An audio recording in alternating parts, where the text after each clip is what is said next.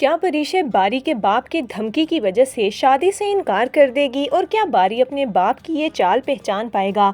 जैसे ही परीक्षे बारी से शादी करने के लिए हाँ करती है तो अलीज़ा बहुत खुश हो जाती है और जाकर अपनी दादी को बताती है। दादी ये सुनकर कहती है, ये तो बहुत अच्छी बात है, बारी तो बहुत अच्छा लड़का है। अलीज़ा बारी को कॉल करती है और कहती है, बारी आप अपने डैड को बोलें कि वो कल हमारी तरफ आ जाएं।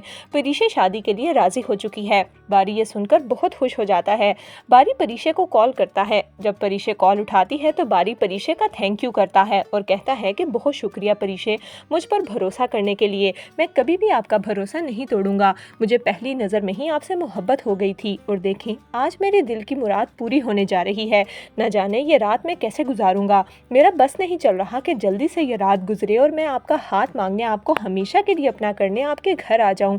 जिस पर परीक्षे मुस्कुराते हुए कहती है कि बारी ये रात तो मुझ पर भी बहुत लंबी गुजरेगी। मैं भी कल का शिद्दत से इंतजार कर रही हूँ। ये सुनकर बारी हैरान होता है और कहता है, परीक्षा आपने क्या कहा। बारी को अपने कानों पर यकीन ही नहीं आता कि परीक्षा भी उससे शादी के लिए इतनी एक्साइटेड है। परीक्षा बारी को कहती है कि आप कल आएं, आपको एक सरप्राइज भी मिलेगा। ये सुनकर बारी कहता है कि कैसा सरप्राइज। जिस पर परीक्षा कहती है कि जब आप आएंगे तो ही आपको पता लगेगा। परीक्षा असल में अपने मुंह से खुद इकरार करना चाहती है कि वो भी बारी से मोहब्बत करती है, लेकिन ये सरप्राइज अधूरा ही रह जाएगा। जब अगले सुबह परीक्षा ऑफिस आती है तो बारी परीक्षा को कहता है, परीक्षा आज शाम हम आप लोगों की तरफ आ रहे हैं। मुझे उम्मीद है कि आप मेरा मान रखेंगी। ये सुनकर परीक्षा मुस्कुराने लगती है। तभी शयान साहब परीक्षा को अपने ऑफिस में बुलाते हैं। जैसे ही परीक्षा ऑफिस में जाती है तो शयान साहब कहते हैं, परीक्षा आप जानती हैं ना कि आज हम लोग आपकी तरफ आपका रिश्ता लेने आ रहे हैं। बारी आपसे मोहब्बत करता है और आपसे शादी करना चाहता है, लेकिन मैं ऐसा हरगिज़ नहीं चाहता। मैं चाहता हूँ कि तुम आज शाम इनकार कर दो। ये सुनकर परीक्षा हैरान होती है और कहती है कि सर ये आप कैसी बातें कर रहे हैं। जिस पर शयान साहब कहते हैं कि परीक्षा तुम्हें जितने पैसे चाहिए तुम मुझसे ले लो, मैं तुम्हें पैसे देने को तैयार हूँ, लेकिन मैं तुम्हें अपनी बहू नहीं बना सकता। देखो मेरे बेटे की जान छोड़ दो। अगर तुम खुद इनकार करोगी तो शायद वो मान जाए, क्योंकि मैंने उसे बहुत मना किया है, लेकिन वो तुम्हारी मोहब्बत में पागल हुआ जा रहा है।